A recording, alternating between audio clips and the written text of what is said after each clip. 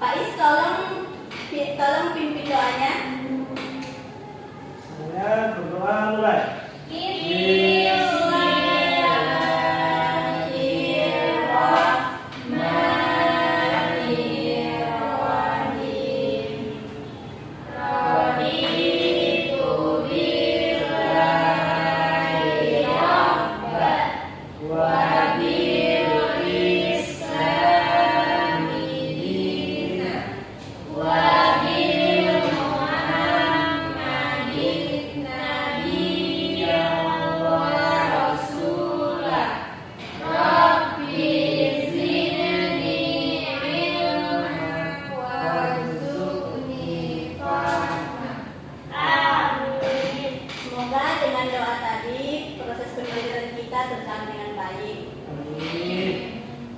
Bagaimana kabarnya anak ibu semua? Alhamdulillah, luar biasa. Allahu Akbar. Siapa yang tidak hadir hari ini? Nopal. Nopal kenapa? Dia ada lomba, Bu. Oh, lomba perwakilan sekolah. Iya, Bu. Oke, kita doakan semoga Nopal mendapatkan yang terbaik. Amin. Nah, sekarang kita akan belajar tentang pemerataan pembangunan. Tapi sebelum itu, siapa yang masih ingat tentang materi kemarin? Saya, Bu. Ya, Pak Isma? Mengenai pembangunan Indonesia dan masa-masa, Bu. Oke, bisa tolong jelaskan secara singkat saja. Kalau pas Orde Lama itu berfokus pada stabilitas politik, kalau Orde Baru itu pada pangan, kalau reformasi itu berfokus pada desentralisasi, Bu. Oke, terima kasih Isma. Kita kasih aplaus dulu Isma. Nah, sekarang kan pembelajaran kita tentang pemerataan pembangunan yang sangat berkaitan dengan materi minggu kemarin. Tujuan dari pembelajaran kita hari ini di mana yang pertama siswa harus mampu menganalisis hubungan kondisi geografis dengan potensi ekonomi daerah. Yang kedua, mengidentifikasi penyebab kesenjangan ekonomi antar wilayah. Yang ketiga, menjelaskan peran lembaga keuangan dalam mendukung kesejahteraan masyarakat. Dan yang keempat, merancang solusi atau gagasan untuk mengatasi kesenjangan pembangunan. Nah, tadi sudah dijelaskan oleh Isma kalau pembangunan itu sudah dilakukan dari masa ke masa. Nah, ini kan di kota Surabaya. Dari gambar ini, kira-kira apa yang telah terjadi di kota Surabaya? Kayak pembangunannya gitu. Sudah mengalami peningkatan, Bu. Sudah maju, Bu. Oke. Mungkin di sini sudah ada kayak sekolah-sekolah yang baik kan, jalannya sudah bagus atau fasilitas yang lain juga sudah bagus. Nah, di gambar kedua ini kira-kira apa bedanya sama gambar sebelumnya? Kesenjangan, Bu, antara yang sama yang Surabaya tadi, yang ini masih terbelakang, Bu, pembangunannya. Oh iya, karena dari gambar ini kan masih terlihat jelas belum dibangun jalan gitu kan. Nah, untuk mengetahui lebih lanjut tentang pemerataan pembangunan, kesenjangan pembangunan, anak-anak ibu silakan tonton video ini.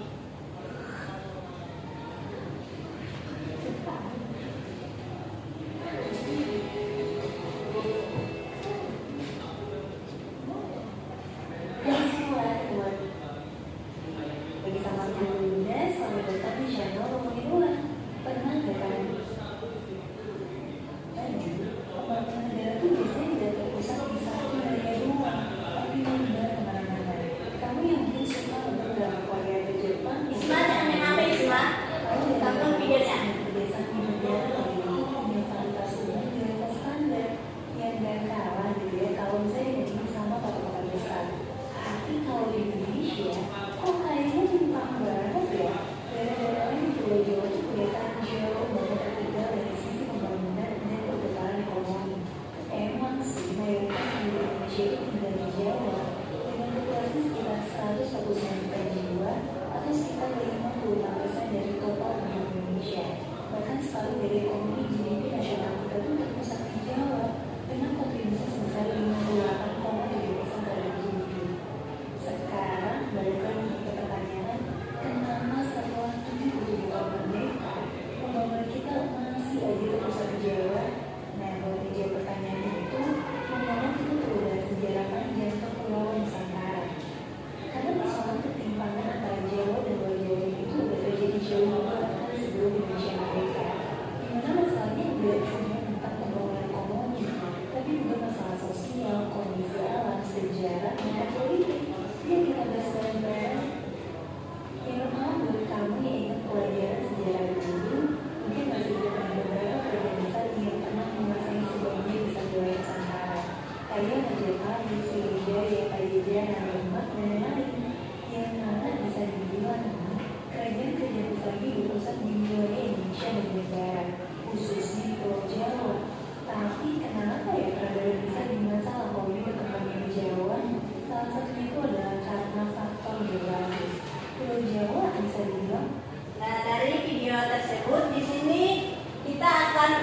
dua kelompok. Yang kelompok satu terdiri dari 4 orang dan kelompok 2 3 orang. Silakan bentuk kelompoknya. Cepat anak-anak ibu. Bentuk kelompok Isma. Kenapa? Oh, Isma memang gitu. Nggak boleh kayak gitu. Ya. Nah, ini untuk kelompok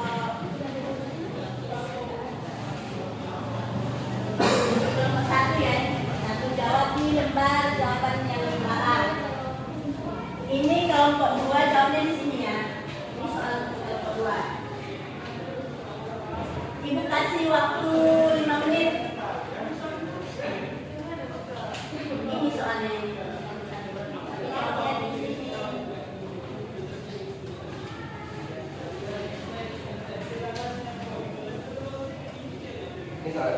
Ya. Semuanya harus berpartisipasi. Semuanya harus berpartisipasi. Nah, jangan buka TikTok dulu. Nanti main TikToknya.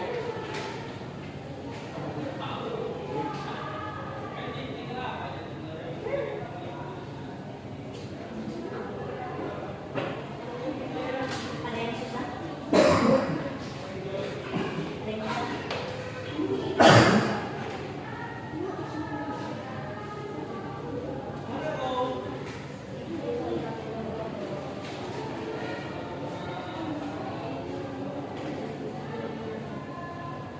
Sembarang yang susah kan? Oh, sedih kalau mau kalian. Cuma 3 biji. Itu bersuara lah, nak.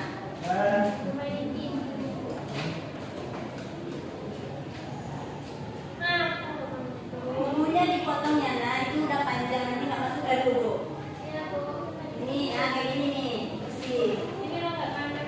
Udah panjang ini, nggak ada putihnya.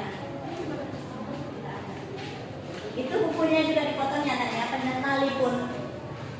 Panjang potong. Ya. Isma ibu, bukunya dipotong. Besok kalau masuk sama ibu belum dipotong, jadinya yang dipotong. Ya. Cari bukunya walaupun cantik kita masukin dulu.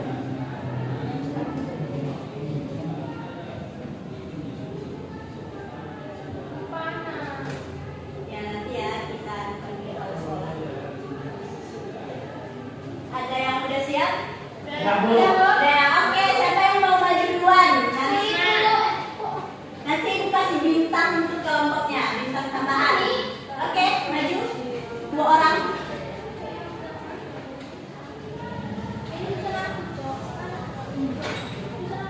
Ayo, ayo nah, ayo.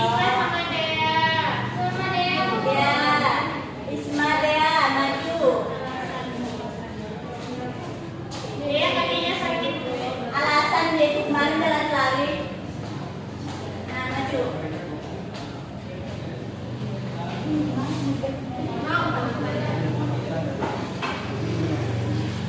Kelompok 2.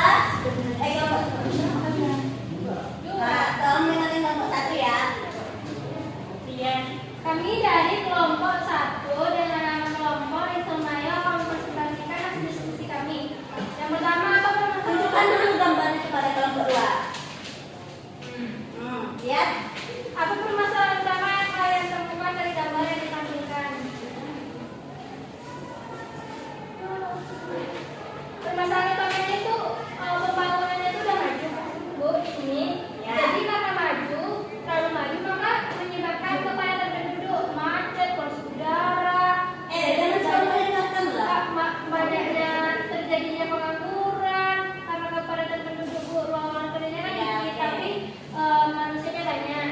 Ya, itu Yang kedua itu Apa potensi yang bisa dikembangkan dari wilayah berdasarkan kondisi geografis? Melakukan pemerataan daerah. Banyaknya loker, mudahnya akses kemana saja. Carilah solusi yang menurut kami paling efektif untuk mengurangi kesenjangan pembangunan seperti di Indonesia. Melakukan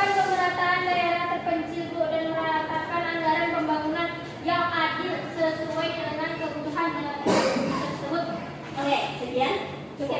Oke, dari kelompok 2 apakah ada pertanyaan untuk kelompok 1?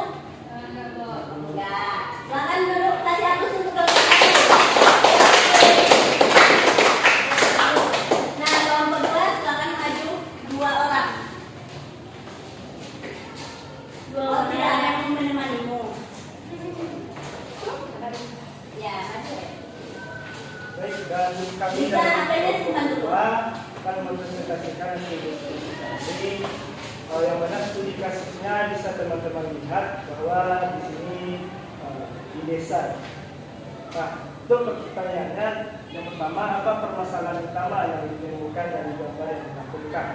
Dari hasil diskusi kami menemukan masalah, yaitu yang pertama, tidak adanya akses listrik. Seperti teman-teman lihat, tidak seperti di kota-kota saat ini. Akses listrik tidak ada, ya. Tidak ada penggunaan listrik, tidak ada kabel-kabel.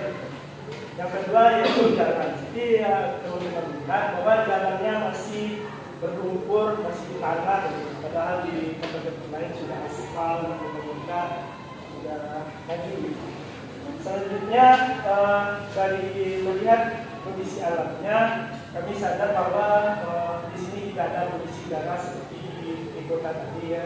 Kualitas udaranya masih bagus, masih segar.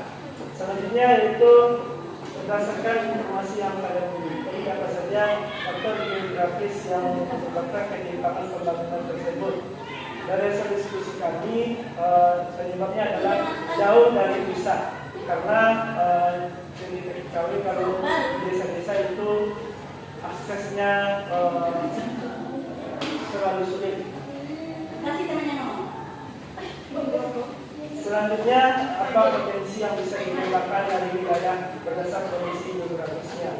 Yaitu bisa pertanian dan perkebunan. Sehingga rancangan satu solusi yang menurut kalian paling efektif untuk mengurangi kesenjangan pembangunan masalah yang terjadi di Indonesia berdasarkan alasan panjang.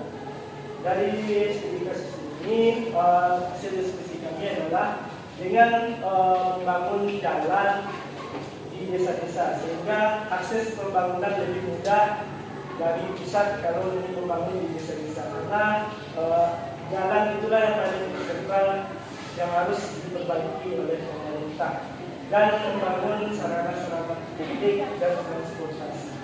Sekian. Oke, terima kasih kepada kelompok 2. Apakah ada pertanyaan? Ada. Ya, silakan nak. Bertanya apa? Mau bertanya kepada kelompok 2, Bu. Ya, nah, silakan. Mengapa ya di desa begitu? Gini loh pertanyaannya. Apa saja kendala utama yang dihadapi pemerintah sehingga tidak memfasilitasi desa tersebut? Oke. Ya, mau jawab dengan Oke, baik. Kami akan menjawabnya mengapa di desa itu tidak difasilitasi. Yang pertama ada banyak faktor. Yang pertama, akses ke desa tersebut jelek ataupun kayak mungkin di pelosok dia kurang memasuk, kurang memadai, seperti jalan jelek. Jadi kayak bahan-bahan buat pembangunan itu kurang bisa tersampaikan gitu dengan adanya akses data. Yang kedua, dana desa itu tidak tersalurkan dengan baik dari atas ke bawah. Mungkin ada sedikit tambahan bahwa yang jadi faktor itu kadang dari orang desanya sendiri. Kadang ingin membangun di tanah ini, katanya tanah ini kalau tidak bisa dibangun, karena ini kata saya ini itu. Jadi terlalu banyaknya sistem di desa itu sehingga pembangunan dari pemerintah itu tertutup. Dan juga karena faktor akarsi. Di studi kasus yang ditemui, kadang ingin membangun proyek-proyek yang masuk itu kadang dimintai uang keamanan. Jadi sehingga tersebut dapat menghambat pembangunan dari pemerintah. 2026 ganti masyarakat. Oke, cukup. Kita beri aplaus kepada kelompok 2. Nah, dari penjelasan anak-anak ibu semua dan contoh yang dijelaskan tadi, di sini kita akan menganalisis tentang kesenjangan pembangunan, di mana kesenjangan pembangunan itu merujuk pada ketidakmerataan atau perbedaan yang mencolok, seperti kota Surabaya tadi dengan Kabupaten Alor, kan itu sangat mencolok perbedaannya. Nah, itu dinamakan dengan kesenjangan pembangunan. Perbedaan ini dapat terlihat dari berbagai aspek seperti tingkat pendapatannya, infrastruktur atau akses terhadap pendidikan dan kesehatan, serta kualitas hidupnya. Nah, tadi kan ada yang bertanya kenapa di desa masih tertinggal gitu. Itu ada beberapa faktor, salah satunya kondisi geografisnya. Misalnya kayak daerah yang datar itu kan lebih mudah dibangun jalan. Daerah yang pegunungan seperti Papua atau Kalimantan itu kan kayak sulit, butuh biaya yang lebih untuk ke sana. Dan wilayah kepulauan seperti Maluku sulit dijangkau, butuh transportasi laut yang memadai. Selanjutnya, untuk mengatasi kesenjangan pembangunan itu kita perlu melakukan pemerataan pembangunan. Misal apa itu pemerataan pembangunan?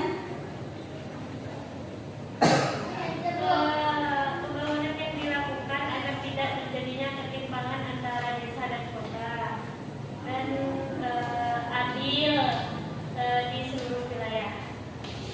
Nah, oke. Pemerataan pembangunan itu upaya untuk melakukan proses pembangunan yang adil supaya tidak ada kesenjangan. Nah, kan dia ada daerah yang tertinggal seperti pedesaan tadi, dia itu pasti sulit untuk hidup, pasti sulit untuk mendapatkan lapangan pekerjaan atau lowongan pekerjaan. Di sini lembaga keuangan sangat berperan penting karena dengan adanya lembaga keuangan itu kita bisa meminjam seperti di koperasi kan kita bisa meminjam untuk melakukan usaha sebagai modal usahanya kan. Nah, dari situ itu merupakan proses pemerataan pembangunan pada sektor ekonomi. Nah, manfaat dari lembaga keuangan itu ialah menyediakan jasa sebagai perantara antara pemilik modal dan pasar utang yang bertanggung jawab dalam penyaluran dana. Seperti yang tadi dia melakukan peminjaman dan memutarnya untuk modal usaha.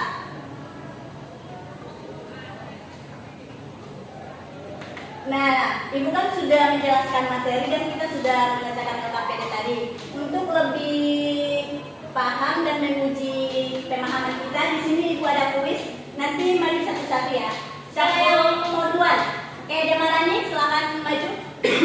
Nanti pilih temannya ya, yang Ya, Bu. gitu. Nah, cepat pilih. Nanti kalau salah dia menentukan. Baca dulu soalnya. Kasih aku satu PM. Kita lain. Dia soalnya dia ada waktunya. Makanya jangan berputar lagi. Yang padat yang padat. Yeay. Ya, ini salah satu. Ya, Isma maju. Isma dari tadi menggosip terus. Cepat. Yang termasuk ngomong. Bapak bukan Pak.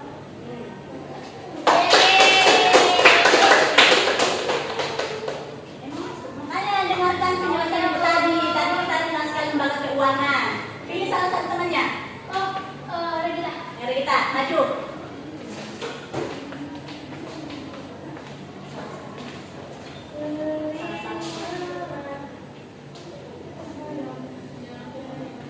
Konsentrasi pembangunan.